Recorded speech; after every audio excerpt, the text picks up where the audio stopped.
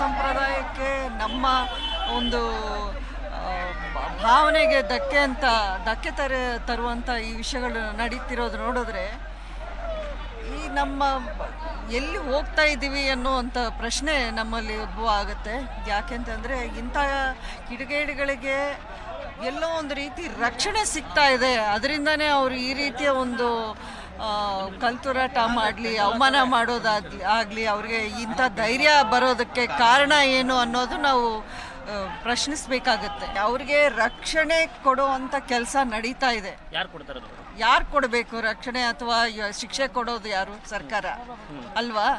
So ಎಲ್ಲೋ ಅವ್ರಿಗೆ ನಮ್ಗೆ ಯಾರು ಏನು ನಮ್ಮನ್ನು ಮಾಡೋಕ್ಕಾಗಲ್ಲ ಅನ್ನೋವಂಥ ಧೈರ್ಯ ಬರ್ತಾ ಇದೆ ಅಂದರೆ ಅದಕ್ಕೇನು ಕಾರಣ ಅನ್ನೋದು ನಾವು ಕೇಳಬೇಕಾಗಿದೆ.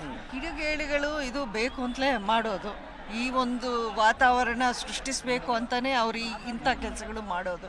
ಬಟ್ ಅಂಥವ್ರಿಗೆ ನೀವು ಸರ್ಕಾರ ಯಾವ ರೀತಿಯ ಒಂದು ಕ್ರಮ ತಗೊಳ್ತಾ ಇದೆ ಅನ್ನೋದು ಇಲ್ಲಿ ಮುಖ್ಯ ಆಗುತ್ತೆ. ಈ ಒಂದು ಘಟನೆ ಆದಮೇಲಾದ್ರೂ ಎಚ್ಚೆತ್ತುಕೊಂಡು ಸರ್ಕಾರ ಅವರಿಗೆ ಕಠಿಣವಾದ ಶಿಕ್ಷೆ ಕ್ರಮ ತಗೊಳ್ಳೋದಿಲ್ಲ ಅಂದರೆ ಜನ ತಿರುಗಿ ಬೀಳ್ತಾರೆ. ಈಗ ನೋಡಿದಿರಲ್ಲ, ಈ ಪ್ರತಿಕ್ರಿಯೆ ಇದು ಯಾರು ಏನು ಕ್ರಿಯೇಟ್ ಮಾಡಿದ್ದಲ್ಲ, ಅವರಾಗಿ ಅವರು ವಾಲಂಟಿಯರ್ ಆಗಿ ಅಷ್ಟು ಅಂದರೆ ನೊಂದುಕೊಂಡು ಬಂದಿರೋವಂಥ ಒಂದು ಭಾವನೆಯಿಂದ ಬಂದಿರೋವಂಥ ಜನ ಇದು. ಸೊ ಇದರಿಂದ ಸರ್ಕಾರ ಖಂಡಿತ ಎಚ್ಚೆತ್ಕೊಂಡು ಅವ್ರಿಗೂ ತಿಳುವಳಿಕೆ ಆಗಬೇಕು. ಇಂಥ ಘಟನೆಗಳನ್ನು ನಡೀದೇ ಇರೋದಕ್ಕೆ ಯಾವ ರೀತಿಯ ಕ್ರಮ ತಗೊಳ್ಬೇಕು ಅದು ತಗೊಳ್ಳೇಬೇಕಾಗುತ್ತೆ. ಈವರೆಗೂ ನಡ್ಕೊಂಡಿರೋ ರೀತಿ ನೋಡಿದ್ರೆ ಎಲ್ಲೋ ಪ್ರೋತ್ಸಾಹ ಅವರಿಂದನೇ ಆಗ್ತಾ ಇದೆ ಅನ್ನೋಂಥ ವಿಷಯ ತುಂಬ ಸ್ಪಷ್ಟವಾಗಿ ಗೊತ್ತಾಗ್ತಾ ಇದೆ.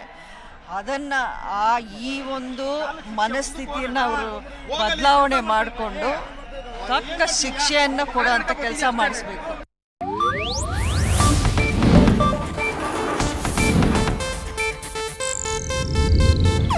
ಇದು ಏಷ್ಯಾನೆಟ್ ನ್ಯೂಸ್ ನೆಟ್ವರ್ಕ್ ಪ್ರಸ್ತುತಿ.